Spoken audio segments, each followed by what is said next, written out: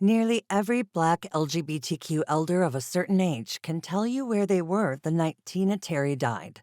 Tina first opened her bar in 1982 at the original location for another popular Black LGBTQ bar, Artoni's. She relocated after a few years and again after that, always looking for something better and safer for her beloved community. Tina's final resting place was 634 West North Avenue, just off the interstate that had decimated Milwaukee's Bronzeville neighborhood, formerly the thriving epicenter of Black Milwaukee. Tina was adamant about keeping her bar on the north side. "I live here. Most Blacks do," she said. "I feel as though they don't have to travel all the way to the south side to enjoy themselves. Why not put it right here where they can get to it?" Bar ownership was a tough business, especially for women.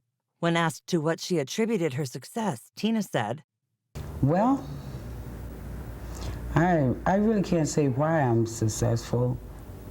I blame a lot of it on the man upstairs and dedication to people's and myself.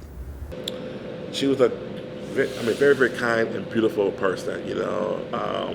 I loved her spirit because she loved her community. She just loved who I was as a person and an entertainer.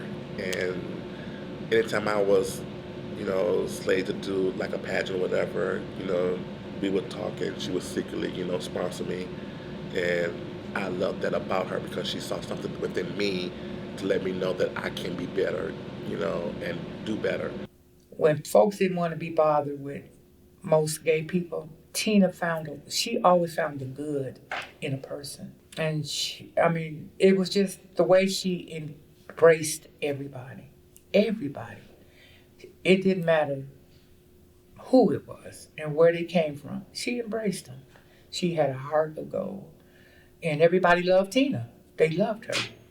Tina's was the first of the Black LGBTQ-owned bars to put on shows, providing a much-needed alternative to what Black LGBTQ Milwaukeeans called the South Side bars. Bars that produced fabulous shows and paid performers well, but never allowed more than one Black performer per show.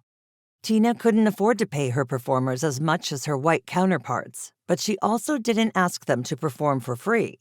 Tina's, it was inclusive. Anybody was welcome into that bar. There's one entertainer, she's Caucasian. She felt validated in our bars more so than the other bars because she was more accepted by us. One hot summer night in 1993, Friday, July 9th to be precise, two young straight men came in and started harassing the lesbians at the bar.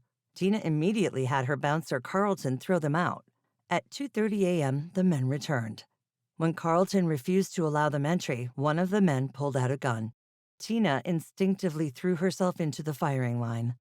News of Tina's martyrdom shot through the hearts of those who knew her. It was a horrible tragedy because Tina was like, at that time we did have some more bars, but Tina was like the mother of bars. I was just dumbfounded. I was like, wow. Because I just couldn't believe it because that was her, though. That was indicative of her, trying to save her community, and she put herself in the line of fire to save her people. But see, this is the thing. There are leaders out there who do these kinds of things, and no one ever knows how they stepped up. Mm-hmm. I mean, she stepped up on behalf of our community to save the people in that bar.